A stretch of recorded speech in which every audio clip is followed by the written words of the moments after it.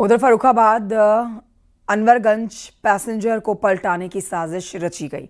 Chaubepur station के पास में rail की पटरी पर बेंच रखी गई थी। ट्रेन के पायलट की सूझबूझ से हादसा चला है। GRP, RPF, Chaubepur police, crime branch की 3 टीम जांच में जुटी है। इस मामले में चौबेपुर पुलिस ने 12 से ज्यादा संदिग्ध को हिरासत में लिया है। पुलिस घटनास्थल पर और आसपास के लोगों से यहां पूछताछ कर रही है। उधर लखनऊ और दिल्ली की खुफिया एजेंसियों ने भी जांच के सिलसिले में कानपुर में डेरा डाला है।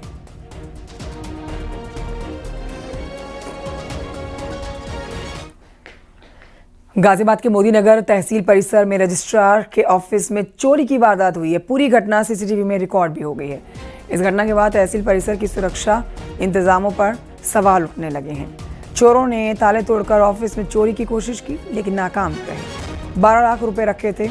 वहीं कानूनगो के कार्यालय का ताला तोड़ना, लेकिन सिर्फ यहां से फाइलें ही मिली हैं। सीसीटीवी में 2 नकाबपोश बदमाश दिखाई दिए हैं। पुलिस मामले की जांच कर रही है।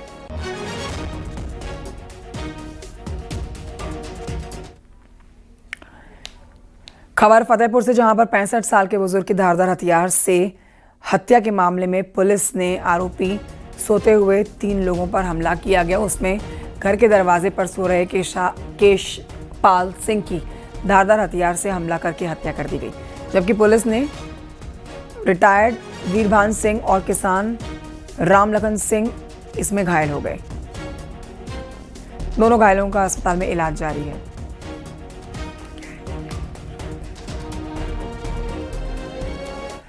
उधर कानपुर से खबर, जहां पर से एक अजीबोगरीब मामला सामने आया है। कोर्ट में बेल खारिज होने की चोरी का आरोप कचहरी से फरार हो गया। आरोपी धर्मेंद्र वर्मा नयापुरवा बगाही का रहने वाला है। उसके खिलाफ बाबूपुरवा थाने में चोरी और नकबजनी का केस दर्ज है। धर्मेंद्र को मुकदमे में बेल दिलाने का आश्वासन वकील ने सरेंडर के लिए तैयार किया।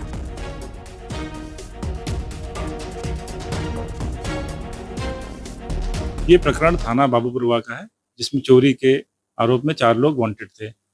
उसमें चारों ने आत्मसमर्पण किया था और बताया जाता है कि एक उनमें से निकल के, जब सजा प्रोनाउंस हो गई तो एक उसमें से निकल के भागने में सक्सेसफुल हो गया है। उसके लिए पुलिस की टीम लगाई गई है। सीसीटीवी फुटेज को खंगाला जा रहा है और शीघ्र ही ये पुलिस की गिरफ्त में होगा।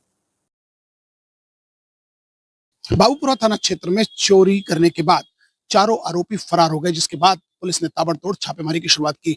डरे सहमे चारों आरोपियों ने कोर्ट में सरेंडर की एप्लीकेशन लगाई और उसके बाद न्यायालय ने उन्हें जेल भेजने का आदेश दिया, जिसके बाद डरे सहमे एक आरोपी ने मौके का फायदा उठा के परिसर के अंदर से 9-2-11 हो गया, जिसके बाद से पुलिस के अधिकारियों के हाथ पांव फूले। जहां एक और कोर्ट के कर्मचारी की एप्लीकेशन पर कोतवाली में फरार आरोपी के खिलाफ मुकदमा दर्ज हुआ, तो वहीं पुलिस की 7 टीमें अब ताबड़तोड़ छापेमारी कर रही हैं। 80 से ज्यादा कैमरे खंगाले गए। अब पुलिस को तलाश है फरार आरोपी की।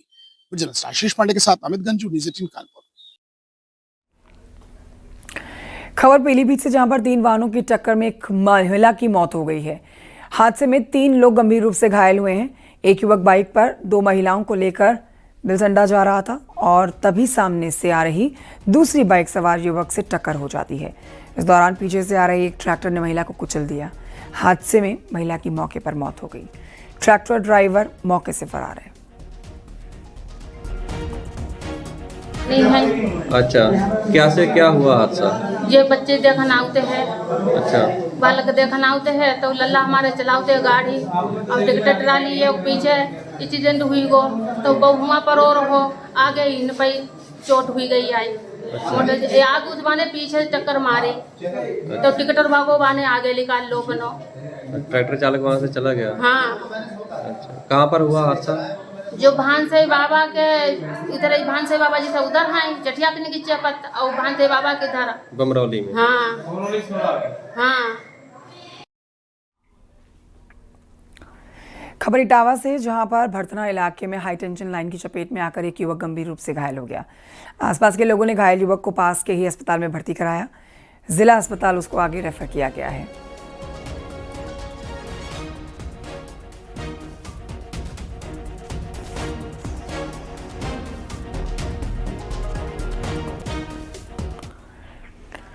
उधर वाराणसी में प्रॉपर्टी डीलर मर्डर में शामिल बदमाश के साथ पुलिस की मुठभेड़ हो गई। हथियारों की सप्लाई करने वाले मुकीम से मुठभेड़ हुई है। आरोपी मुकीम के पैर में गोली भी लगी है। इस तरह हत्याकांड में शामिल सभी तीनों आरोपी फिलहाल गिरफ्तार कर लिए गए हैं।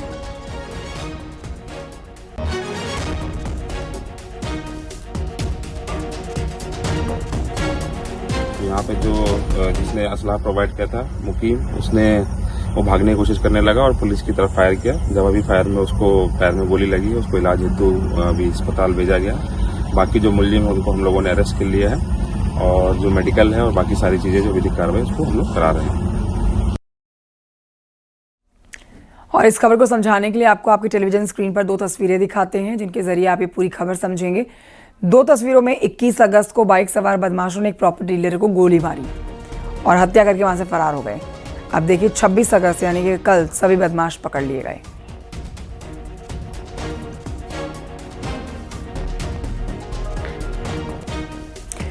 बढ़ते हैं आगे। गाजियाबाद की खबर आपको बता रहे हैं, जिसमें ससुराल वालों के खिलाफ अनशन पर बैठी पहलवान बहू, उसके अनशन का आज 5वां दिन है।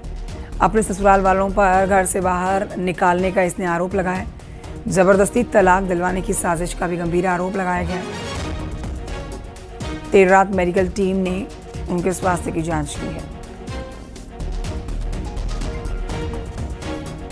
क्या कुछ अब आगे की रणनीति है, क्या कुछ बातचीत हुई आज भी आपने क्या बताया? कोई रणनीति नहीं है भैया। एक बेटी बैठी है यहाँ, आपके देश की बेटी, एक आम लड़की की तरह मैं यहाँ बैठी हुई हूँ। बड़ी सरल सी मांगे हैं कि प्रशासन इस बात का जवाब दे कि किस अधिकारी के कहने पर एक बेटी को उठाने के लिए वहाँ इतनी पुलिस बल आई। या तो पैसा खिलाया गया है या फिर किसी उच्च अधिकारी का इन्वॉल्वमेंट है इसमें, या ससुर द्वारा वहां से कहीं से फोन कराए गए हैं। बांदा में घरेलू कलह के चलते पति ने पत्नी की कुल्हाड़ी से काटकर हत्या कर दी। सूचना पर पहुंची पुलिस ने आरोपी पति को गिरफ्तार कर लिया है और उससे पूछताछ जारी है। पत्नी के शव को कब्जे में लेकर पोस्टमार्टम के लिए पुलिस ने भेजा और आगे की कार्रवाई शुरू की गई है।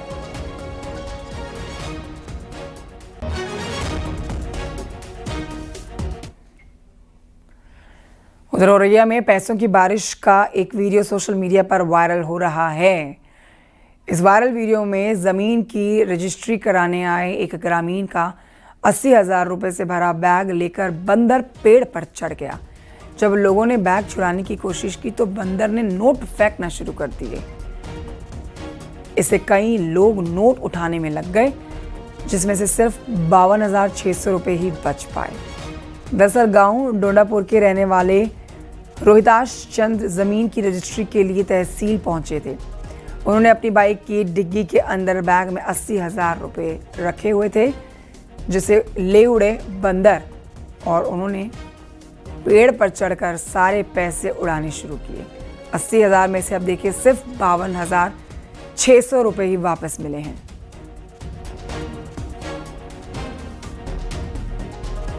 अनुज कुमार डोंडापुर निवासी रजिस्ट्री कराने आए थे। उनकी मोपेड का जो थैला होता है उसमें 80,000 रुपये रखे हुए थे। वो हमको दस्तावेज तैयार करने के लिए अपने कागज देने आए, तब तक बंदरों ने उनके थैले से 80,000 रुपये निकाल लिए और पेड़ पे चढ़ गए। जब वहाँ से उन्होंने पेड़ पे चढ़ के रुपये फैलाना जो है फेंकना चालू किया, तब जानकारी हुई कि जो है थैले से बंदर जो है पैसे निकाल लेंगे। थैले में 80,000 रुपये थे, जिसमें से 52,000 रुपये हमारी पार्टी को मिल गए हैं। 28,000 रुपये से कुछ बंदरों ने फाड़ दिए, कुछ लोग बाग ले गए। बलिया में चितबड़ा गांव में 2 साल पहले सेतु निगम ने 17 करोड़ 50 लाख की लागत से एक पुल बनाया, लेकिन अभी तक उसके अप्रोच का काम पूरा नहीं हो पाया, जिसकी वजह से लोगों को देखिए किस तरह की दिक्कतों का सामना करना पड़ रहा है। इससे कोई बड़ा हादसा भी हो सकता है। स्थानीय लोगों ने वैकल्पिक व्यवस्था के तौर पर बांस बल्ली की सीढ़ी लगाई है। चाहे बच्चे हों चाहे बड़े हों, कैसे रोजमर्रा इस तरह से ऊपर से नीचे उतरना जानलेवा बन सकता है। और अप्रोच के अभी तो पुल ही नहीं बन पाया, इसलिए अप्रोच रोड का प्रश्न ही नहीं है। पुल जब निर्माण कार्य पूरा हो जाएगा तो उसके बाद कनेक्टिंग रोड बन पाएगी, लेकिन जितना अधूरा छोड़ा गया है उसके बाद लोग सीढ़ियों से उतरने का प्रयास कर रहे हैं। इससे कोई दुर्घटना भी हो सकती है, मैंने आज दोपहर में ही सेतु निगम के अधिकारियों को बुलाकर उनको निर्देशित किया कि तत्काल इसको बंद किया जाए और लोगों में एक अवेयरनेस भी दिया जाए कि भाई इससे अगर लोग आए जाएंगे तो दुर्घटना भी हो सकती है। सब किसान चितबड़ा गांव में निवास करते हैं। खेत नदी उस पर है हम लोगों का, इन सारे किसानों का। खाद बिया नहीं जा पा रहा है, महिलाएं रोज की रोज घायल हो रही हैं। कितने की आबादी प्रभावित है इस समस्या से? इससे लगभग मान के चलिए कि 10 लाख से ऊपर जनता प्रभावित है। 10 लाख। क्यों चेयरमैन साहब रोक दिए हैं? चेयरमैन साहब का नाम ले रहे हैं। चेयरमैन साहब इसलिए रोक दिए हैं कि वो विभाग से पैसा मांग रहे हैं। समस्या ये है कि पुल बन जाएगा तो अच्छा रहेगा कि हम लोग को आने जाने की ठीक रहेगा।